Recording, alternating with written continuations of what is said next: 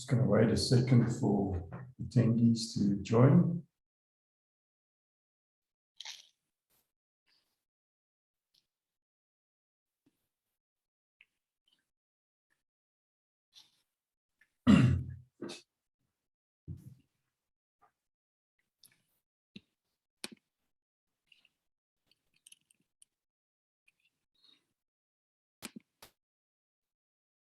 Wow, still no attendees. Good morning, Steve. Good morning, Neville. How are you? I'm doing very well, thank you. I'm just going to make you a co-host. Should I show my And then, Steve, I'll just hand over to you after Beverly has done her presentation. Great. It doesn't look like we have any attendees that have joined, which is quite a surprise. But let's not get that put us off. We can go through the session as we've planned. The session is being recorded, and then we'll make the recording available in various formats afterwards on the YouTube channel, as well as on social media, LinkedIn, etc. So please, this is like standing up and believing there's 1,000 people that we're presenting to. So let's take that approach.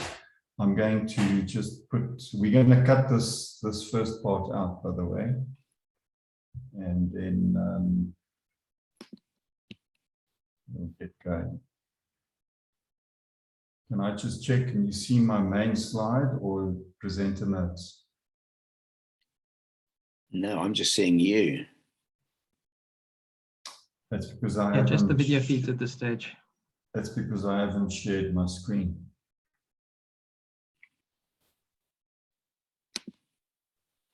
Okay.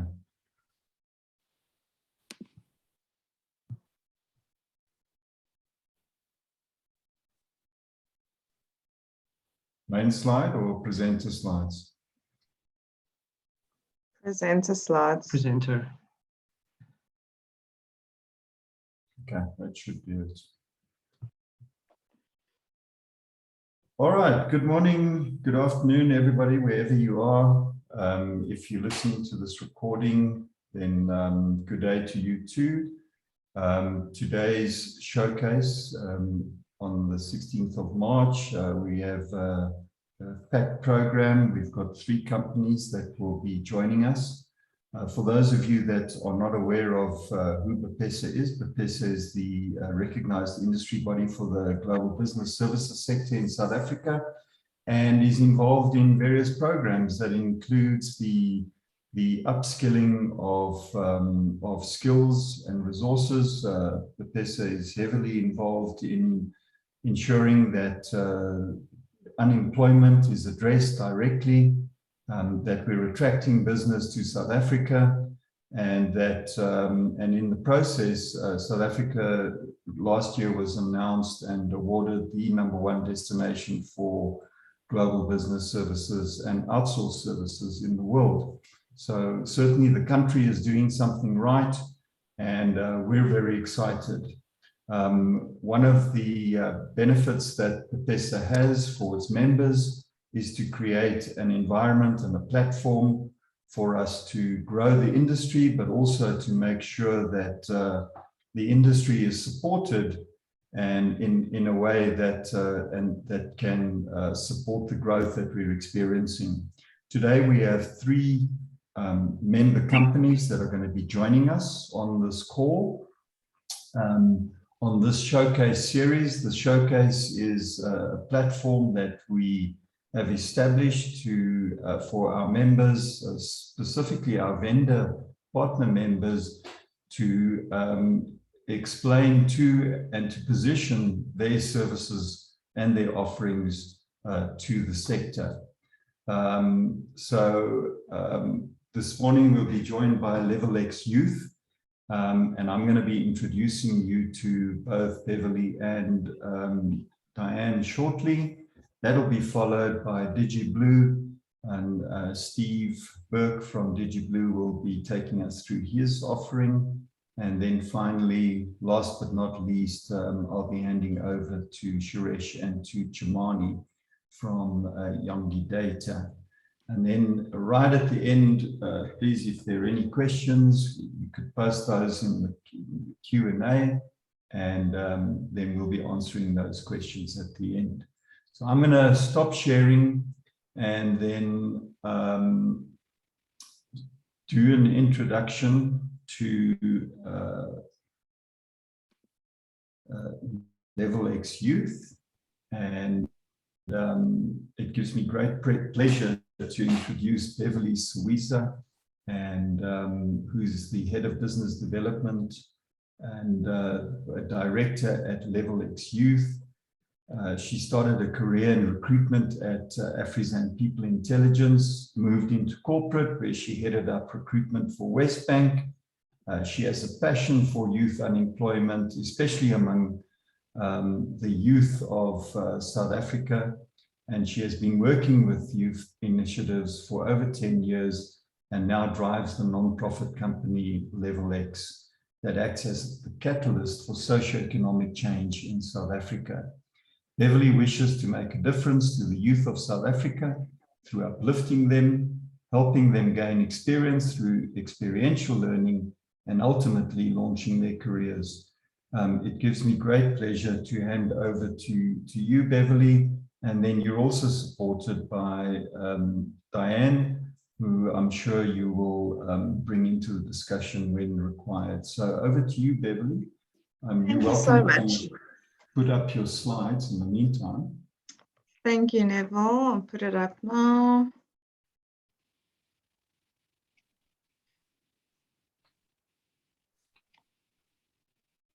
Right, can everyone see my screen? Perfect. Great, thank you so much for the opportunity, Neville.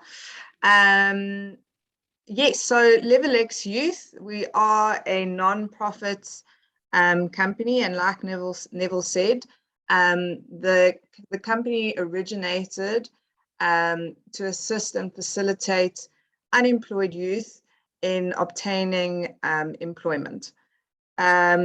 We really, we work with youth a lot, and over the past 10 years, what we found was we have these youth who join learnerships or internships or any kind of experiential program, maybe even the YES program. And what happens to the majority of these youth is that they go back into a life of unemployment once they finish these programs. And that's just because, corporates don't necessarily have the ability to absorb them. The numbers don't always make sense, and it's not feasible. So, and that's how Level X was born, to try and help the situation that we have in South Africa. So like Neville said, we exist as a catalyst for socio-economic change, focusing on the youth specifically. So anybody who has completed a program within a well-known corporate, and these programs can take many shapes and forms, but they must have had some kind of working experience within a recognized corporate in South Africa. I will take you through the platform and who the three main users are of the platform, and then explain the benefits of each of these users as we go. Right, so the first user we call a sponsor.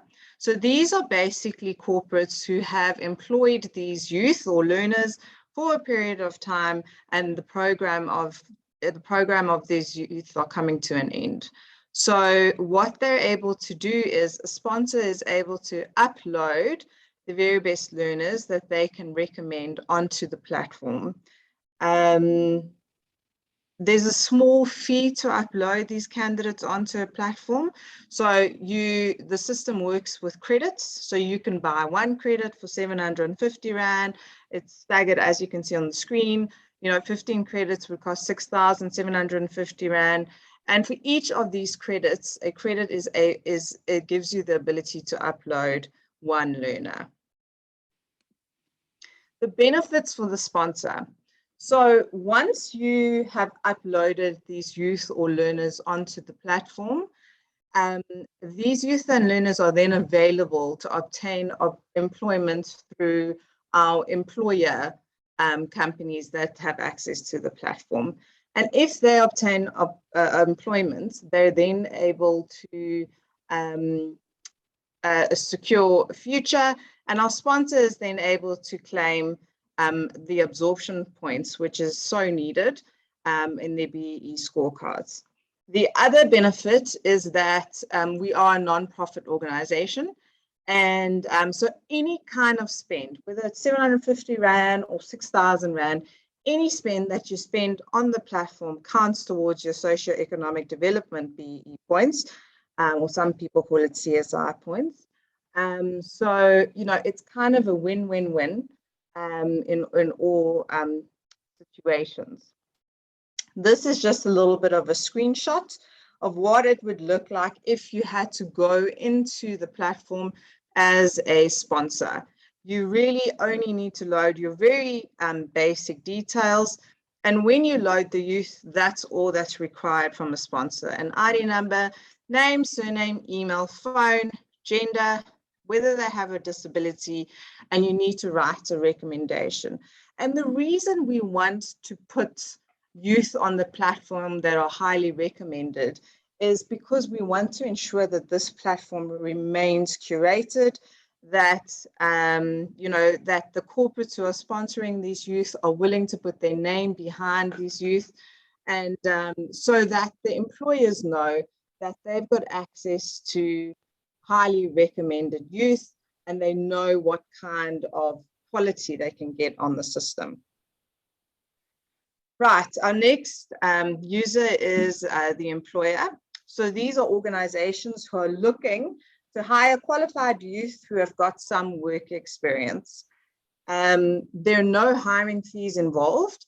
An employer can log onto the system and they can search for youth based on different filters like industry or education, gender. And if they find suitable candidates, it only costs them 75 Rand to view and download the CV. The CV is theirs. They can do whatever they want to do with the CV in terms of moving the process forward. And it's theirs to keep for as long as they want. Again, some of the benefits, like I said, there are no hiring fees. There's a nominal fee of 75 Rand to gain access to communication channels with these quality candidates. You've got access to work-ready youth who've completed at least 1 year's working experience in a recognized corporate. The platform also allows you to interview directly through the platform online, and you're able to instant message any candidates that you'd like to interact with online. So it's really very easy to just go on and find your candidates and interact with them immediately for just 75 Rand. This is an example of what an employer's dashboard would look like. So very similar to a sponsored dashboard. You know, you've obviously got to load your credentials in terms of who you are as an employer. I just want to, so you can see there, I hired Jennifer Aniston. I thought she'd be an asset to my organization, and give you, this will give you direct access to interviewing Jennifer. This is just what our instant message functionality looks like on the platform. Jennifer Aniston was very happy to join our organization, Rise Technologies. And these are some of the ways you can filter. It starts with the basic search, but you can filter for the youth, you know, using different keywords: education, industry experience, or ethnicity. And then perhaps most important users of the platform are, of course, the youth. So these youth have been loaded onto the platform by a sponsor, and they then available to employers for possible employment. The youth are responsible for completing their profile. So once a sponsor has uploaded their basic information, like their name, surname, email, cell phone number, the youth will then get an email to activate their profile. And it's their responsibility to really make sure that their profile is complete. They've got to make sure they're available so that they can interact with possible employers. So the burden is not too much on a sponsor in terms of facilitating the process. The benefit is that this platform acts as a network for the youth to gain employment elsewhere. They've got improved credibility because they are recommended by sponsors on the platform. They can communicate with possible employers in real time, and it just increases their chances to gain employment. This is a very basic workflow of what happens on the platform from beginning to end. So again, the sponsor would load the youth with their basic details. The youth are then notified via email that their profile has been loaded, and it's their responsibility to activate their profile and to complete it. An employer will gain access to the system, and they're able to filter according to what their requirements may be in terms of possible candidates or employees. They then will also go through the interview process on the system with potential youth. The system allows you to upload documentation like offer letters, etc. And the next level sponsor will then receive the absorption points once the youth have been hired. So for your next level employer, an added feature is that they are able to advertise any job that they've got to the entire database of Level X. So they will load a job ad, and it will be emailed to the whole, to all youth that have been loaded onto the Level X platform. And they can then also take their process forward that they would usually do in their recruitment. And that's it. That's basically our basic workflow of the platform. It's a win-win-win because your sponsor and your employer gain CSI benefits or socio-economic development spend with the platform, and they then able to claim that for BEE purposes. Your sponsor is able to get the absorption points once the youth have obtained employment, and your youth is able to have an increased network and higher visibility in terms of their skills and profile and obtaining permanent employment elsewhere. That's me, Neville. Great, thank you, Beverly. There's some very interesting points that you raised there. I'm sure there are going to be some questions, and we'll get to those at the end. Thank you so much for that presentation. Very concise and very to the point. Thank you so much. Thank you. Well, next up, we have Steve Burke from DigiBlue. Steve is the CEO and founder of DigiBlue. Steve's been around a while, and back in the 90s, he was doing business development for Marconi Electronic Systems. That's a while ago, Steve. And then he switched to management consulting at A.T. Kearney, where he took leadership roles in launching a .com business. Wow, I remember those days. And then basically transforming the operations at Abbey National Bank. And then back in South Africa, he joined Absa Bank, where he set up and ran the group's portfolio of strategic programs responsible for synergies and integration planning during the acquisition by Barclays. And then he oversaw the IT operations, procurement, and Africa integration programs. Over the next 10 years before founding DigiBlue, Steve developed strategies and ran transformation programs, mostly for the banks and insurers. And here's an interesting point. Steve is also a keen boxer, and he owns the renowned Armory Boxing Club in Cape Town. I'm not going to get on your wrong side, Steve, but I am looking forward to your presentation. So with that, Steve, I'm going to hand over to you. You're welcome to grab the stage and to take us through the interesting stuff that I know DigiBlue is involved in. Over to you, Steve. Thank you very much, Neville. Let's I'll just share my screen. I normally use Teams, so I'm not as familiar with Yeah, right down at the bottom, there's a little green share my screen.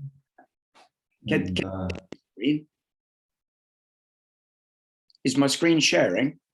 It is. You need to just go into presenter mode and then we'll... You are sharing screen. That's it. We can see your screen, Steve. So are you seeing my pack? No, if you just click on the presentation mode, just at the... And just put your in full screen presenter mode. I'm sorry about this. So I've new share. It says you are screen sharing. Okay. So on your PowerPoint, yeah, now you've just minimized your PowerPoint. So if you can just bring your PowerPoint slide app back and then just go in. There you go. Oh, right. Yeah, perfect. We're up. There you go. We're talking tech and I can't even share a presentation. Neville, thank you very much for the opportunity to showcase DigiBlue. We are very excited about a proposition that we will showcase here. Are you seeing the faces down the right-hand side on my screen? There we go. I'm seeing your slides. Great. Steve, which is the most important thing. So fantastic. We're good to go. Thank you.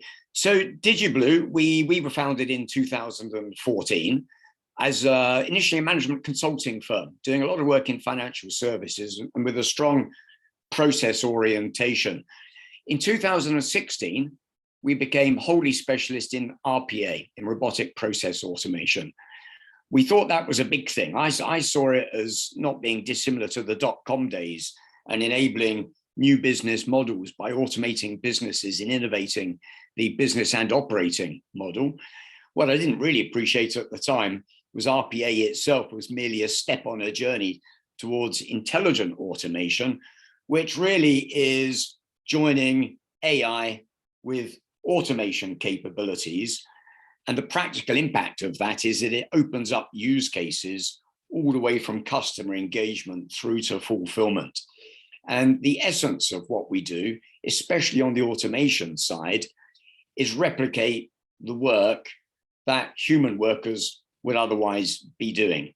And especially where that work is swivel chair activities and involves going into systems, taking out data, doing something with that data, putting it into somewhere else or sending off an email or something. So automation replicates human workers. And when we add AI, we add cognitive to the doing capabilities, which really opens up the use cases as well, and led us to move from our heartland, which was really in automating shared service functions like HR and finance, and automating operations functions like opening accounts and changing details and paying people. It's just the mainstay of the work we were doing in banks and insurers, for example. By adding new capabilities to those back office repetitive work type stuff, what we were able to do was move into the front office as well. So what we've effectively done is extend the reach and value of automation from back office operations up the food chain and into the front office. So DigiBlue as a firm, we've largely evolved from consulting into RPA, into intelligent automation, from the back office into the front office, and then along the whole end-to-end process. So talking then specifically to the contact center space and Neville and to the BPESA audience, we are already starting to see huge interest and growth in the front office space through contact center automation. But we should also bear in mind that our traditional heartland of automating operations activities is actually the classic BPO role as well. And previously, countries like India and the Philippines have had advantages because of the low, especially low cost of their workers, of the workforce. Well, when you're automating the work that they do, you're actually paying for the cost of the automation, which is the same across the world, which means if you automate back office operations, you can just as easily run those BPO operations out of South Africa using a highly skilled people and with a smashing human experience added to the BPO, the process stuff. So what we do in automation is very appropriate for the back office. The focus I'm going to talk about now is on the front office. We know that the SA contact center business is doing extremely well and is recognized globally for the excellence of its people, their empathy, their English language. The time zone helps with many of the core customers. And the industry showed remarkable resilience during COVID. And I think it's recognized that SA is a great place to set up contact centers. And we're seeing the growth, and it's great to see BPESA getting behind and supporting that growth. If the strength lies largely in the people, it's probably fair to say that the industry lags a little on the digitization side. We in DigiBlue, we've recently put in a proposal to do AI augmentation of contact centers in the Philippines, for example. We've got a cracking contact center automation program running in the UK with one of the big energy firms there. But only recently have we seen similar uptake in South Africa. And we've just won, in fact, a flagship contract with one of the big 4 retail banks to automate their contact center. So I hope that sets a precedence for contact center automation across the SA industry. And what it's really about is augmenting the brilliant staff with digital workers. And in using the digital workers, what it's essentially about is transferring the complexity from the contact center agent to bots. So the bots know the product, they know its supporting process, they know which forms to fill in and which system to go to and what data to collect and structure and input. So all of the grunt work behind the conversation of logging into systems and doing work and putting people on hold, you don't need to do that if you've got multiple bots running concurrently to go off and fetch the data from any system anywhere to come and populate those forms and give the first time resolution. And it actually starts ahead of that by creating a 360 degree view of the customer using the same process by going off using bots to go off, fetch that information and populate the screen with the customer information. So it goes customer information and into fulfillment run by bots with the human agent chatting to the person and triggering the bots to do the work. So that's the essence of what contact center automation is. And it's relatively low cost. It's not about buying a new system. It doesn't incur the cost, the time, and the risk of putting in new systems. It is actually replicating the work, making the work easier of the agent in interfacing with existing systems. So it's a wraparound legacy without systems integration and with the rapid deployment of process automations so that you can get in-year ROI. That's the essence of the value proposition of contact center automation. We in DigiBlue use 3 types of technologies within the space of what I would broadly call intelligent automation. So there's the automation itself, which is the bots that are accessing the data and filling out the forms and executing the customer requests, saving the agent from having to access the systems and input data themselves. Then we get into the more cognitive sort of space. So automation itself is very repetitive and rules-based. We also have an offering of digital advisors, which are excellent at dealing with complex scenarios where they're able to add context and guide a decision through and guide a conversation through to a decision. And that tech can be used either for self-service say over WhatsApp, so the customer themselves can work with the app and get to the decision. Or what we see, and especially in the contact center, is the agent can be advised by the digital advisor whilst the agent is actually talking to the customer. We use the same tech, for example, in other operations, say to fulfill the role of being an HR business partner in a corporate, or in a branch where the agent is talking to someone across the desk. They may have had to phone up for ask for advice previously. We can provide them that advice through the digital advisor. In the contact center, as I say, you can use it to assist the agent, but it can also, if you've achieved tremendous savings through automation, you can see then moving to digital advisors is almost a second wave of your digital transformation of the contact center. Go to self-service using digital advisors. And we have a UK client where we've gone straight to the digital advisors before doing the automation. And the third area is the area of cloud. And so you've got providers like Amazon Connect, for example, where you get a contact center service delivered over the cloud, and through that service you have access to cognitive-driven services like the analytics that are able to suggest an upsell opportunity, or the chatbots and the IVR delivered over the cloud, and so on. So our solutions actually are able to work from the menu, as it were, to tailor solutions that are either replicating the human worker and doing grunt work, whilst also creating the opportunity to access cognitive services. So they're the three areas that fall into what we call contact center automation. To paint a picture of that, what I show here is the agent is working with, in this case, the tech is called Trust Portal. Trust Portal it interfaces with IVR to pre-populate the screen for the agent, so that the agent, in picking up the call, has a 360-degree view of the customer from the moment they're talking to them. And it can be set up with prompts to talk about this, that, or whatever it might be. So the agent then talks to the client. They have the view of the client and are anticipating their needs. And then they trigger the digital workers by clicking on a tile to then go off and do the work. And then behind the scenes, and you can have multiple bots working concurrently so that the service is delivered in real time.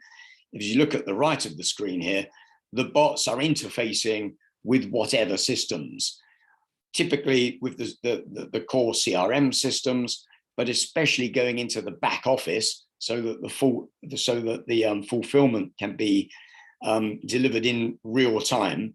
And at the same time, you can access, for example, the AI and machine learning capabilities by dragging and dropping the capabilities to introduce those into the workflow.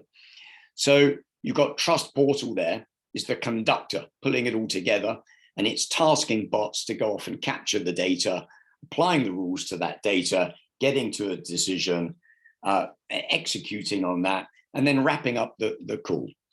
So that's how the bots work with the user interface that's provided by Trust Portal in augmenting the agent to deliver a superior customer experience. The impact, the benefits of doing contact center automation, we're talking 25% plus cost reduction, and that's an in-year return on investment.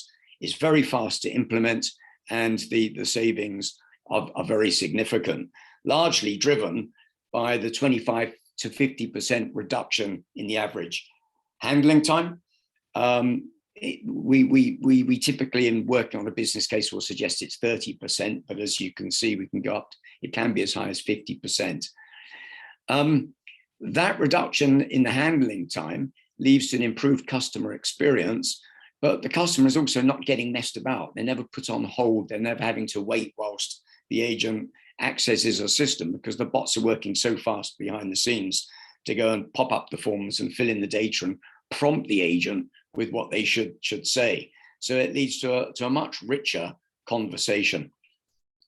That in turn, because the intelligence sits in the bots, the speed to compliance for the contact center agents is reduced massively from 6 weeks to say a couple of weeks. And you can reorganize the contact center as well, because you don't need to organize around campaigns and very specialist knowledge, because most of the knowledge is actually configured into the bots. So the agent can focus on a richer conversation. It delivers an improved customer experience, but improves the staff experience too, which in turn, it's faster to train for, but also reduces the churn rate. The bots only do as they're told. So you get complete consistency in following through on the customer requests. And that improves compliance as well, because everything that the bot does, it's not only following rules, but everything is logged and auditable. That's the presentation on contact center. I mean, obviously there's a lot more that can be talked about, and I look forward to any questions, but that captures the essence of the proposition. No, that's great. Thank you, Steve. That was very interesting. Obviously the benefits quite significant in terms of that ongoing development of what all contact centers are trying to achieve, which is that customer experience, that creating that unique and high value interaction with their clients. So yeah, thanks for that, Steve. I'm sure there are going to be questions that we can get into in the last couple of minutes. But with that, I'd like to hand over to Suresh and Chimani. I'm sure they're going to have something very interesting to tell us. But let me first introduce you to Suresh Ranchod, who is the founding partner of Yongi Data. Prior to founding Yongi Data, he spent 18 years in the South Africa and Middle East region, delivering trading, risk, and portfolio management technology in the financial services industry. Suresh holds a BSc Honours in Mathematical Science and Information Systems from Rhodes University. Also joining us today is Chimani, who is the co-founding partner of Yongi Data and is an experienced portfolio manager within the investment and business development environment. So with that, Suresh, I'm going to hand over to you and Chimani, and the floor is yours. Thank you very much, Neville. Thanks, Neville. Over to you, Chimani. Go ahead. All right. Thanks so much, Suresh. Thank you very much, Neville, for the privilege of presenting Yongi Data and just expanding on what we do. So as you rightly indicated, myself and Suresh form the core team of Yongi Data, which is a managed data annotation services company. And effectively, Yongi Data means that we look after your data. This is translated from isiXhosa. Yongi means look, and data is obviously data. Suresh, thanks. If you can go to the next slide, please. All right. So essentially, we'll be talking on 3 points with regards to our Yongi Data, and which will be an overview of Yongi Data, the business itself.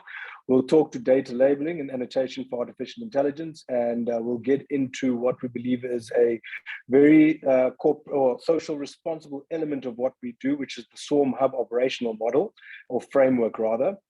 And effectively, our mission statement as Yongi Data is to ensure that we deliver quality data services that enable our customers to focus on the critical tasks while ensuring a positive impact on the community. And how we do this is by fulfilling entry-level digital jobs, which starts with data annotation, promoting more inclusive human settlements in our existing urban areas, and bringing opportunities closer to people within our ecosystem. But before you proceed, Suresh, I just want to give some context in terms of how Yongi Data was started, which was a partnership with Edge Vision and Engeli Enterprise Development. And at the time, we identified a gap in the market where we saw that there were a few mavericks who are ahead of the game in terms of data annotation and labeling services in the country.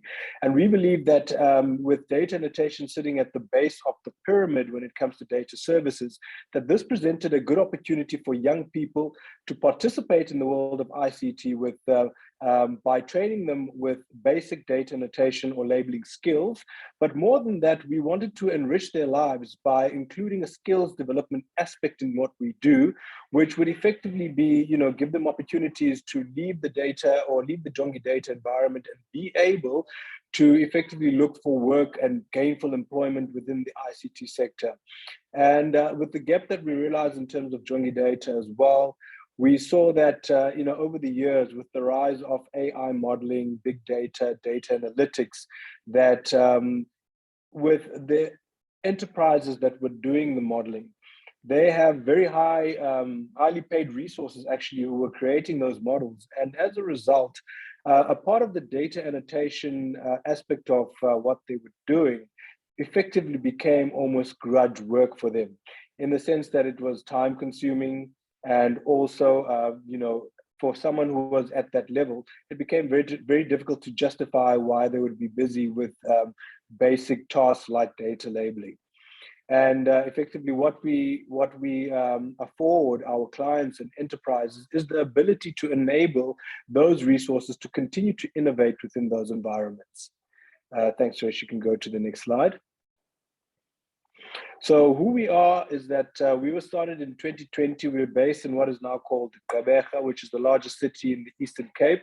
And we operate within the local startup ecosystem, which includes, due to our affinity to Engeli enterprise development, includes our affinity to an ICT incubator, which is a partnership with Nelson Mandela University called the Propeller Business Incubator. And as a result, Edge Vision came through that ecosystem. And then not only that, but being part of that ecosystem also allows us to tap into the various networks that are brought in by our partners.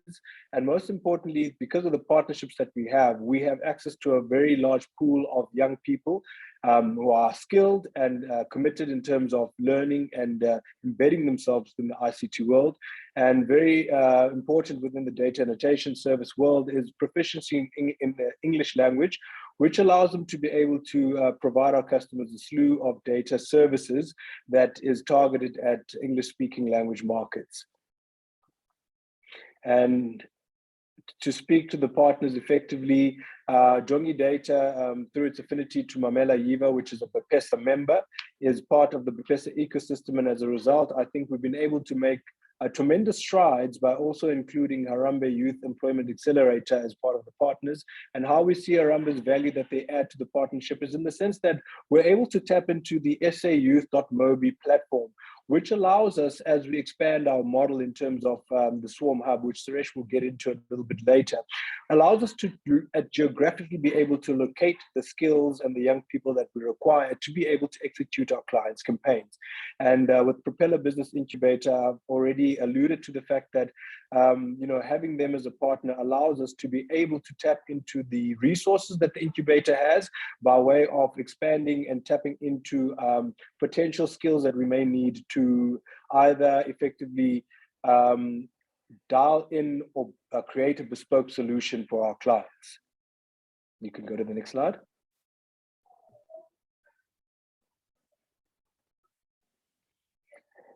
And so just to speak about data annotation, effectively, we've got a quote there that says that data annotation is the human process of labeling information for computers. So just to give a basic example of how in practice this would work, if an engineer was creating or crafting an artificial intelligence model for an autonomous vehicle, the basic inputs that would have to go into that model would have to be based on images that are captured in the real world and labeled accordingly, such that the AI model is able to compartmentalize those images into meaningful data. So what does that mean? That means if I'm presented as the human element of how the AI modeling would start, would need a human being to be able to identify on the screen that is a road sign that speaks to 60 kilometers per hour, that road sign speaks to, if you turn right, you're going to a different area. Ahead of you is a pedestrian crossing, and the ability to be able to label and annotate other vehicles on the road, such that the AI model is able to collate the input of the data that's being input, and effectively, as the data becomes refined, that's being fed into the AI model, so is the AI model that it gets better in identifying up until a point that the AI model is able to do the identification, the basic identification by itself, which then really gives rise to that AI model being able to practically, practically be used in a use case, if I may put it that way. Thanks, Suresh.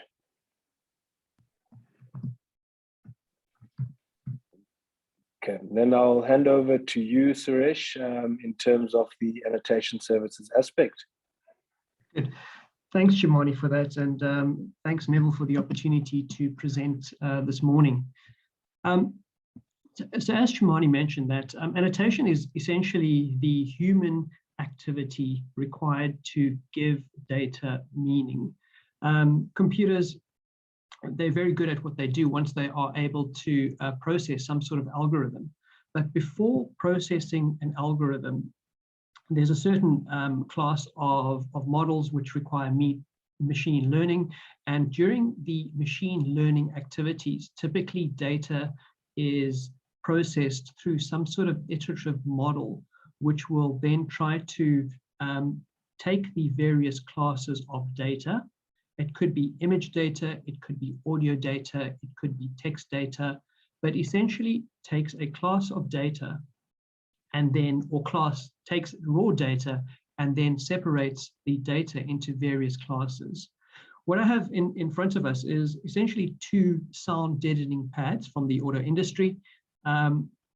On the right-hand side, one can see a good panel, and that panel can be identified with a small little hole in the top right-hand corner. On the defective panel, that indentation cannot be seen. So for a human, it's pretty easy for us to quickly identify that we have a defective panel. A defective panel does not have a hole in it, and a good panel does have a hole in the top corner. Now, the process of annotation in this case would be to draw these rectangles using some sort of tool around the two types of, or two classes of objects. In this case, the defective panel and the good panel. And it's a typically easy exercise for a human to conduct. If, for example, somebody new to the industry, to the annotation industry, if they were presented with such a case, it would take them sometimes a few minutes, sometimes an hour, maybe a day. But essentially, it could be so that generally for these types of applications, we could train a youth candidate to be able to then conduct these annotation services very, very quickly. But of course, the examples set out, these are pretty straightforward to see. However, to train these models, we would require hundreds, if not thousands, of images. And within the images, there are a number of objects having different orientations. And the annotation task would involve drawing rectangles around many of these objects in different orientations, having different lighting conditions, and then use these images with their labeling to then train the various models.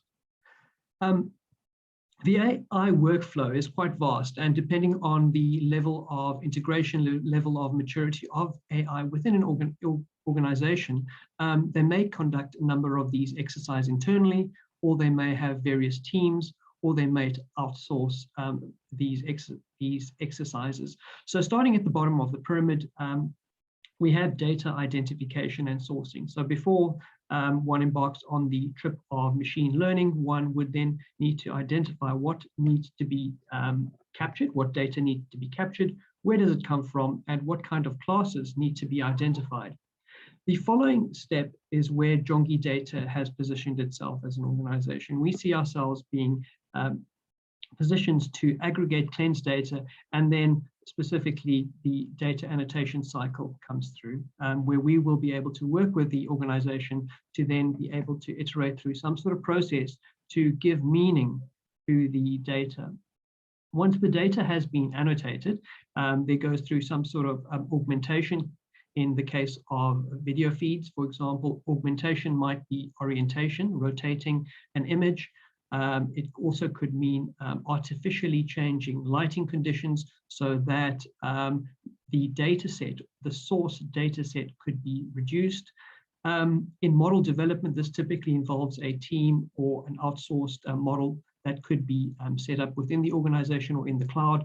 Once the development team have set up the code to run the model, there may be a number of training cycles which would then consume the annotated data. And then finally, there would be deployment into production where the end user would then utilize the data. So we see our clients as coming from a number of sectors. They could be technology companies, they could be AI startups, corporates, research institutions, or manufacturing companies. We haven't really said within certain sectors because AI is becoming used in many use cases in a variety of sectors in various ways. And as the sector is evolving so quickly, we aim to discuss with our partners or with our potential clients what their user requirement might be. And just to continue with the video example, in a real world example might involve monitoring objects within a production line. In that case, they could be used to detect quality of goods, sorting objects, defect detections, some sort of physical environment monitoring. And all of these functions, these AI functions, would require data, image data, to then be annotated with the specific type of object of interest by humans. Once that initial work has been done, there can be further automation or further AI type of annotation, but that very first step to recognize unknown objects and to draw the connections between the pixels within the image to something that has tangible meaning has to be done with a human. In terms of other text type data sets, there might be annotation required for chatbots and other types of textual data. This is further just on what kind of annotation services may be required with regards to images, bounding boxes, 3D cuboids, semantic segmentation. These are all mentions of types of delineation of objects of interest within the video annotation space. Again, we're open to discussing what type of requirements specific clients may have. Just a brief summary on how we operate. We typically discuss the requirements with the client. We'll receive some sort of raw data. We may then have another meeting with the client to iterate over what the potential edge cases might be or any specific concerns there might be with regards to data.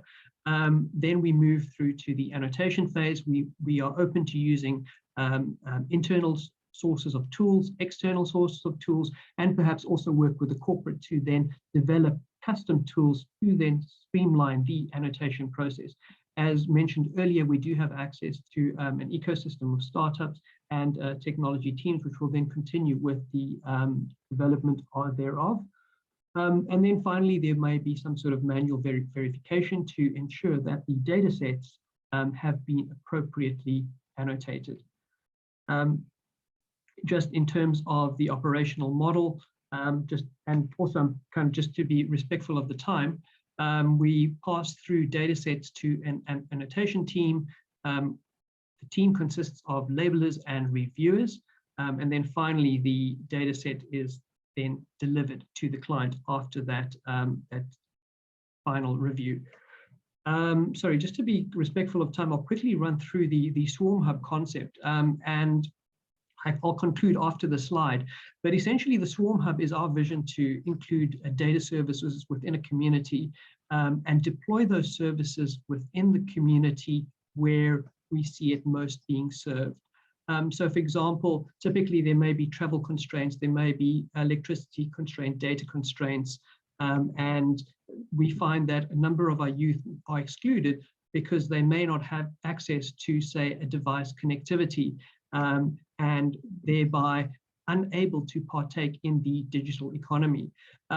We aim to set up these Swarm Hubs, which will then allow our candidates to then partake in the digital economy and thereby grow their skill set within the community and also be able to share ideas that may organically grow out of these swarm hubs. And I will finish off right there. Thank you. Thanks, Neville. Thank you, Suresh and Chumani. Appreciate that. I am going to cut this piece out. I just want to check, is there anyone on the call that has a problem in going over time, maybe just 5 minutes, so we can just get a couple of questions in? Never, unfortunately, I jump off. I've got a client call at 11. Steve, I'm going to then get you to answer first. I also need to dash, but Diane can answer on my behalf, so that's not a problem. Okay. Well, Steve, let me, let's just go into, Steve, if you can just come back on camera. Steve, that was very interesting. I have a question here that is asking around how does a company approach automation? You know, where do they start and how do they go about it? And then also, if you can just address on, you know, what is the effort and the time that it takes to implement a typical project? The companies normally approach us because they see a particular opportunity or a pain point, and sadly, it's more often the pain point than the opportunity. Although I would prefer it, they see it the other way around.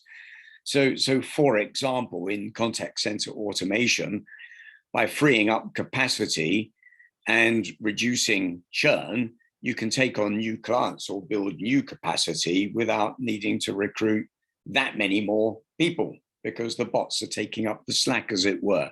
So it's a great enabler for growth. And obviously that's what we're all interested in. Automation is quite pervasive. The use cases for it are, and I'm talking more broadly now and beyond the contact center. We see clients that use automation because they wish to improve the customer experience, because they wish to improve compliance, because they're looking to reduce costs, because they're looking to grow without increasing headcount, because they wish to change their operating model. So there are so many different motivations for automation.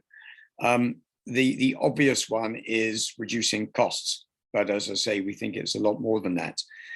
With respect to getting going, we normally start with an opportunity assessment, or at least a quick dash through strategy. What are your business imperatives? You know, we're working with a bank at the moment which reduces its cost to income ratio, and they see automation as a strategic play. So that suggests a very broad program with lots of use cases and automation at scale. Others wish to do things on point. They have a very particular process that they wish to get sorted. So we discuss what is the objective, and then we do an opportunity assessment to identify where to start and with what processes. Once we get going, setting up can take a while because you've got to make changes to the IT infrastructure and review security policies and access and things like that. But the automations themselves are very quick to implement, typically not more than 3 months. And then you're in production and scale thereafter. Okay. All right. That's very interesting. Beverly, do you have a minute for a quick question? Yes. So I have a question here for you, and that, I mean, seeing that you're dealing with a lot of people's personal information, and which is quite sensitive in many cases, you know, is your platform POPI compliant? It is indeed. So the youth who get loaded on by a sponsor, they actually have to accept all the terms and privacy terms, etc., when they activate their profile. That's why it's so important that the youth are kind of in charge of maintaining their profile, so they can delete it at any point. You know, it's their decision if they want to be on the platform or not. Okay. All right. Now, thank you for that. Steve, I know you would like to drop off. If you want to drop off, thank you for your participation. I'll be in touch with you. Thank you. At a later stage. Thanks, Steve. And then, cheers. And then, Beverly, what is the, how does one actually go about purchasing credits? I mean, let's say you've registered on the platform, you've got yourself going. I mean, how easy is it to purchase the credits? It's quite easy. In terms of a sponsor and an employer, you can literally go online when you're through your profile, and you can buy credits through your credit card or via EFT, dependent on what your company's payment kind of process and policy is. If need be, if we have some clients who need to do a pro forma and we need PO numbers, etc., we'll then handle that in the back end. So it's just they pop us an email to say what they need, and then we'll do the invoicing bit at the end. But otherwise, you can do it all through the platform. All right, great. So it sounds very easy. Yeah. Okay, now thanks for that, Beverly. Thanks, Neville. Thanks for participating in the session. I know you've got to drop off, so if you want to drop off, that's fine. Thank you, much appreciated. Thank you so much. You're very welcome. We'll chat soon. Okay. Thank you, Suresh and Chimani, for that presentation. I see Chimani has dropped off. Is that correct?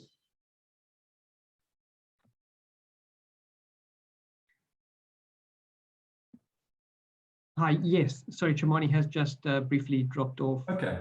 All right. So I'll just ask you the question then. So thanks, Suresh. I'm quite intrigued by the whole process that you explained. But how important is the quality of the data annotation? When one looks at an AI model, does that data or the quality of that data impact the AI model? Sure. Thanks for the question, Neville. So data becomes very important in terms of the training exercise. In fact, it's one of the key ingredients that goes into the model before the training process. And kind of like making a recipe, the quality of the ingredients becomes quite crucial to the outcome of the model. And within data annotation, it's a very similar principle, whereby if one, for example, gets various classes mixed up, or if one does not delineate various images correctly, and then categorize the data correctly, that ultimately translates into a slight misinterpretation of the meaning of that data. And when the model is run in a production environment, it may then also lean on those inaccuracies in terms of how the objects of interest in the real world get interpreted. Oh, yeah, that's very interesting. Some companies may choose to seek freelance services when they need their data to be annotated. What are the benefits of engaging and managed service providers such as Yongi Data for data annotation services? So AI tends to be a journey, and right now we're at the very early stage of AI delivery and deployment. So typically there are one-off providers whereby they will annotate data, but as these services, or as the data and AI gets more and more integrated into company workflows, there may be various cases, edge cases, that are best understood and then grown through a relationship.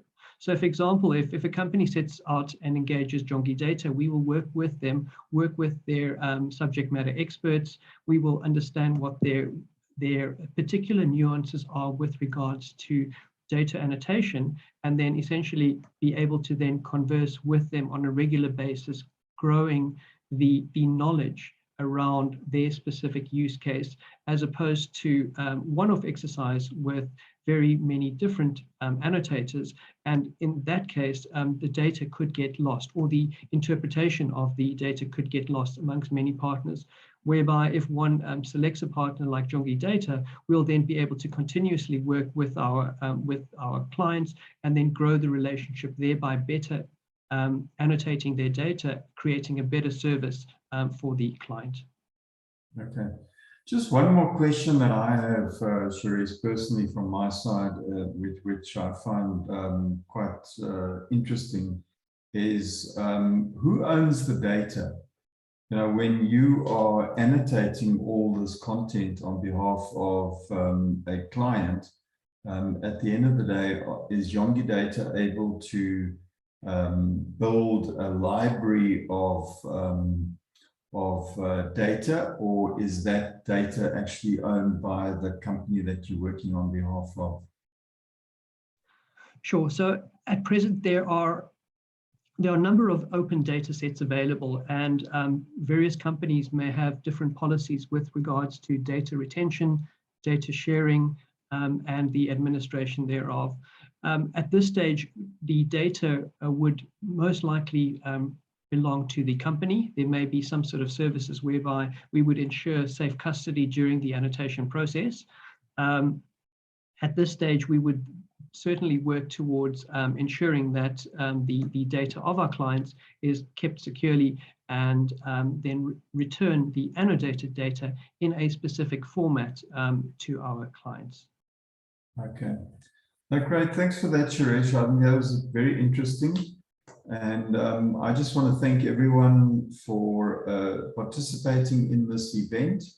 We will be having additional events over the rest of this time period during March, and we look forward to seeing you on those future events. So thanks very much, and we'll connect soon.